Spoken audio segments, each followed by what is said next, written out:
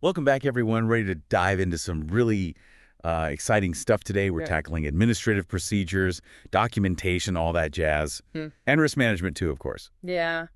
Might not sound like the most thrilling stuff, but honestly, this is the backbone of any good cleaning and restoration business. Couldn't agree more. And we've got a real treat for you, actually. We're tapping into the wisdom of Phil McGurk, you know, from Garcia. Oh, yeah, he's great. He's got this way of explaining things really down to earth, makes it all make sense, especially for this industry. Totally. So, procedures, right.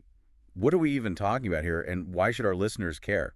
Think of it like the instruction manual for your whole operation, how you deal with customers, how you schedule those jobs, even how you train new people. Everything's got to have a system, right? So not just red tape, then. No way. I mean, sure, there's paperwork, but it's about being efficient. Less mistakes, less wasted time, everybody on the same page. Right. Consistency is key, Hmm. especially when every job's different. You got to have some constants. Exactly. And that's where those procedures come in. McGurk, he's big on roles and responsibilities, everyone knowing their part, and that's where documentation comes in. Here comes the paperwork part. Well, kind of. But think of it as making sure everyone has the knowledge. What if your best tech, the one who knows everything about water damage, what if he's out? You're in trouble. Exactly.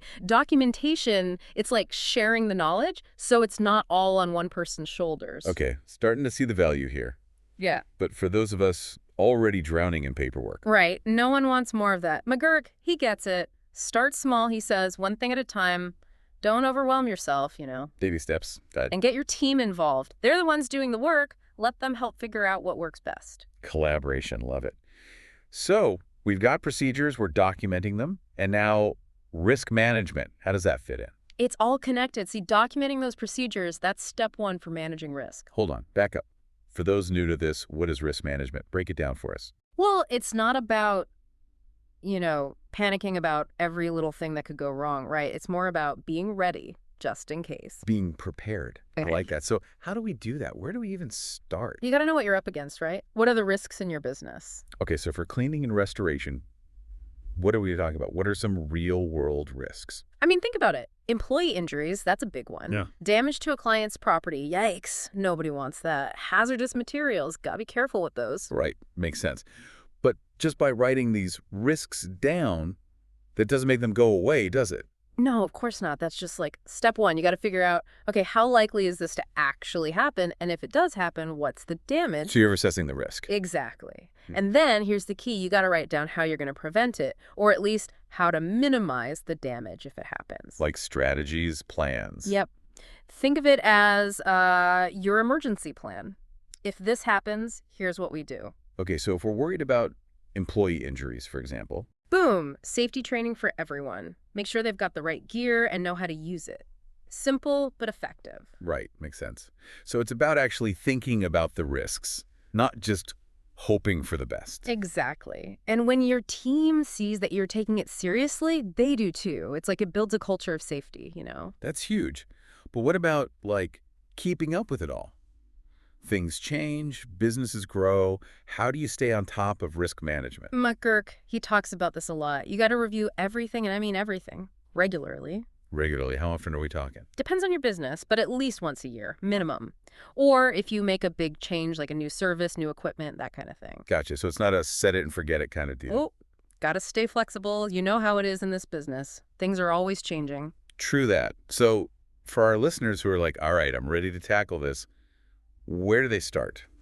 Don't try to do everything at once. That's a recipe for disaster. Pick one thing, one area of your business, and really dive into that. Baby steps again. Baby steps. Once you've got one thing running smoothly, then move on to the next. Okay, so you're saying start small, build those good habits, and don't be afraid to adjust as you go. Exactly. It's all about building a stronger business, right? And that takes time and effort, but it's worth it. Totally agree. It's like you wouldn't build a house starting with the roof, right? Got to have that solid foundation. Exactly. And those administrative procedures, the documentation, the risk management, that's your foundation. It's about having that peace of mind, knowing you've got a plan, even when things get tough. Which, let's be honest, they will. This isn't exactly a predictable industry we're in. That's for sure. Yeah. But hey, even with the best plans, sometimes things don't go as expected. 100%. You're always going to have curveballs thrown at you. So what then? How do we handle those unexpected situations? What's the key to bouncing back? That's where it becomes less about the plan and more about the people. What do you mean?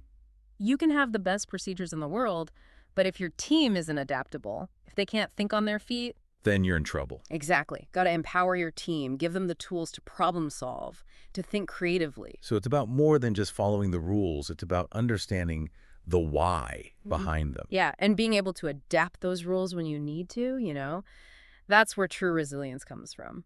And that brings us back to what we were talking about earlier with Phil McGurk. Knowledge is power. Big time. You got to keep learning, stay up to date, understand the why behind everything you do. And that's what makes this industry so interesting, right? Always something new to learn, new challenges to tackle. For sure. And the more you know, the more confident you are, and the more successful you'll be in the long run. So much good stuff to take in. Yeah. Right? It's not about, like, paperwork for the sake of paperwork. It's about building a business that can really, stand the test of time. That's it. And never stop learning, right? This industry's always changing. Got to stay ahead of the game. Absolutely. So for our listeners who are like, okay, I'm ready to dive deeper into this Phil McGurk wisdom, where can they find more? His full article, it's on the CarCi website. They've got a ton of resources there, actually. CarCI, for those who don't know, that's the Cleaning and Restoration Science Institute, right? Yep. They're doing some really cool stuff, research, training, the whole 9 yards. Awesome. So yeah, check them out. We'll link it all in the show notes. And as always, keep those questions coming. We love hearing from you. Definitely. This is a two-way street. We learn from you guys, too. Exactly. All right. Until next time, everyone, stay safe out there and keep chasing those clean profits. Cheers to that.